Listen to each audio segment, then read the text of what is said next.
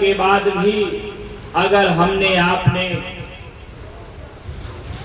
वफादारी से, मेहनत से अगर हमने भजन नहीं किया, उनके बताए रास्ते पे नहीं चला, तो ये जीवन बेकार चला जाएगा।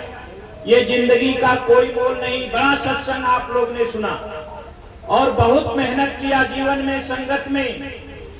अरे कभी सोचो कि हमारा आपका असली उद्देश्य, हमने ये दुनिया को बनाने के लिए रात दिन मेहनत किया कि ये घर सुंदर सा बना ले, खूब टाइल्स लगा कर, पुट्टी करा करके, कितना सुंदर एसी लगा करके उस घर को बनाते ये जीवन बिता दिया। पूरी जिंदगी आदमी कमाई करता है, एक गाड़ी, एक घर, एक मकान, एक जमीन लेकर के, आखिर दुनिया में इसके सिवा कोई कुछ नहीं कर पाता।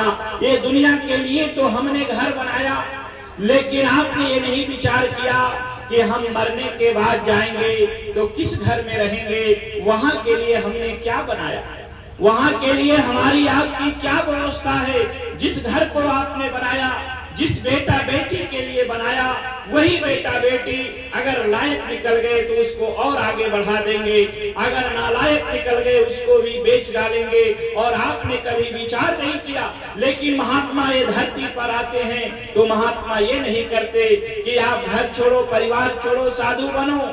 महात्मा कहते घर में रहो, परिवार में रहो, बच्चों के साथ रहो, आए गए की सेवा सत्कार करो और 24 घंटे में घंटे 2 घंटे निकाल करके भगवान का भजन करो। तो हमने आपने आज तक क्या विचार किया, कितना भजन किया, कितना महात्मा के आदेश का पालन किया।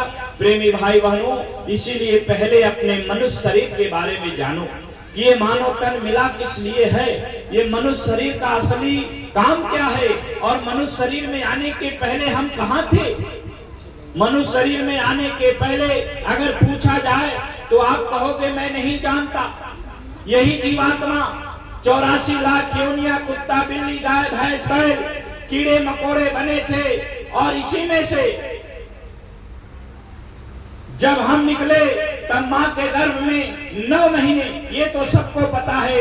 आपको ये नहीं पता कि हम कुत्ता बने कि बिल्ली बने, लेकिन ये पता है कि हम माँ के गर्भ में 9 महीने थे और उसमें कैसे रहे, कितनी दर्द और पीड़ा को सहे। उस समय प्रभु से प्रार्थना किया, कहा रे प्रभु जल्दी हमें बाहर निकाल दो, हम जाएंगे तो प्रभु भजन करेंगे। लेकिन यहाँ आने के बाद हमें आपको कोई बताने वाला नहीं मिला कि तुम प्रभु को कैसे पाओगे, भजन कैसे करोगे। अगर किसी ने बताया भी तो हमने विचार नहीं किया। क्यों? जैसे आप ही का बेटा हो, बेटी हो, बेटा बेटी अभी घूमने खेलने और दुनिया के काम में इतने मस्त रहेंगे। अगर माँ बाप कहते हैं कि ये बेटा थोड़ी पढ़ाई लिखाई कर लो, मेहनत कर लो, तो उस बेटा बेटी को माँ बाप की बात बुरी लगती है। आप वो दिन भर मोबाइल चलाएंगे, खेलेंगे, लेकिन उनको माँ बाप की बात अच्छी नहीं लगेगी। अगर माँ डांटती है तो उनको गुस्सा आता है, क्या आप डांटती हो। लेकिन आप विचार करो, ये बच्चे की बच्ची की भलाई उस किताब में है कि घूमने फिरने और मोबाइल में। अगर उस समय माँ डांट रही तो समझ में नहीं आ रहा, क्योंकि माँ जानती है कि हमारे बेटे की भलाई ये पढ़ाई लिखाई में है। लेकिन बच्चा अबोध होता, बच्चे को पता नहीं, वो सोचता है हमको इसी में आनंद है, यही असली मजा है। लेकिन वही बच्चा जब पढ़ाई लिखाई नहीं करेगा, घूमने फिरने में समय बिता देगा, जिस दिन उस बेटे का रिजल्ट आएगा, जब वह बेटा फेल हो जाएगा, तब वह बेटा पछताता है कि काश अगर आज हमने पढ़ाई किया होता तो आज मेरी हालात न हो। वही हाल हमारी आपकी हो जाएगी। हम आप भी अगर गुरु के बताए रास्ते को आज हम न समझ पाए, और हम आप ये दुनिया के समाज के ये बड़ी बिल्डिंग, घर द्वार, मकान बनाने में अगर अपनी जिंदगी लगा दिया तो एक दिन पछताना पड़ेगा। जिस बच्चे ने नौकरी नहीं किया वो बच्चे का हालात देखो, वही काम आपकी हो जाएगी अगर आपने भजन नहीं किया और भक्ति नहीं।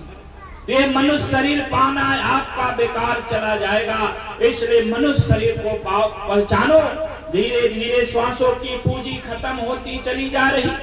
बचपन गई खेल कूद में, जवानी गई शादी विवाह बच्चों में, और जब बुढ़ापा आ गई फेफड़ा में दर्द होने लगा, शरीर में पीड़ा उठी, आंख से दिखाई देना बंद, कान से सुनाई देना बंद। उस समय हम कहते हैं, हे भगवान, हे देवी माता, थोड़ी मेरी रक्षा करो, शरीर में बहुत दर्द है। अरे बुढ़ापा काटना इतना मुश्किल है, आसान नहीं है। हम जवानी की ताकत में होते हैं, हमें समझ में नहीं आता। और लेकिन उन बूढ़े लोगों से पूछो कि बुढ़ापे का दौर क्या होता है। अरे प्रेमी भाई बहनों, इसलिए मनुष्य शरीर को पहचानो। ये मनुष्य शरीर हाड़ मांस का पुतला तो है, लेकिन जब तक ये मनुष्य शरीर में आप बैठे हो, जब तक आपके शरीर में जीवात्मा है, ये शरीर की कीमत है। लेकिन इस शरीर से हमें आपको असली काम कर लेना चाहिए, प्रभु का भजन कर लेना चाहिए। और प्रेमी भाई बहनों, इस बात को हमें आपको गहराई में जाना चाहिए, लेकिन आज तक हमने गए नहीं। इसलिए हम आप लोगों से अर्जी और निवेदन करने आए, प्रार्थना करने आए। और आप लोगों ने गुरु महिमा की बात समझो, जय गुरुदेव नाम की चर्चा आप लोगों ने सुना। आप इसी पंजाब की पावन धरती पे रहने वाले, बड़ी बड़ी शक्तियां महात्मा इसी धरती पर आए, काम करके चले गए। अरे प्रेमी भाई बहनों, वैसे ही इस कलयुग में बाबा जी ने जय गुरुदेव नाम को जगाया, और इसी जय गुरुदेव नाम का प्रचार बाबा जी ने देश और दुनिया में किया और समझाया और बताया। ये जय गुरुदेव नाम किसी इंसान का नाम नहीं, यह जय गुरुदेव नाम वक्त और समय का जगाया हुआ नाम है। जैसे द्वापर और त्रेता में राम और कृष्ण नाम को जगाया गया था, वैसे इस कलयुग में बाबा जी ने जय गुरुदेव नाम जगाया। ये जय गुरुदेव नाम किसी इंसान, किसी पशु पक्षी जानवर का नाम नहीं है। यह जय गुरुदेव नाम बाबा जी का भी नाम नहीं है। प्रेमी भाई बहनों, वक्त और समय का जगाया हुआ नाम। बाबा जी ने कहा, बच्चा तुम किसी मुसीबत या परेशानी में फंस जाना, तुम दुनिया को याद कर लेना। अगर तुम्हारी रक्षा न हो, आंख बंद कर लेना, 10 बार जय गुरुदेव नाम याद करना। अगर तुम्हारी रक्षा हो जाए तो मान लेना इस नाम और इस बाबा में कोई शक्ति है। अरे प्रेमी भाई बहनों,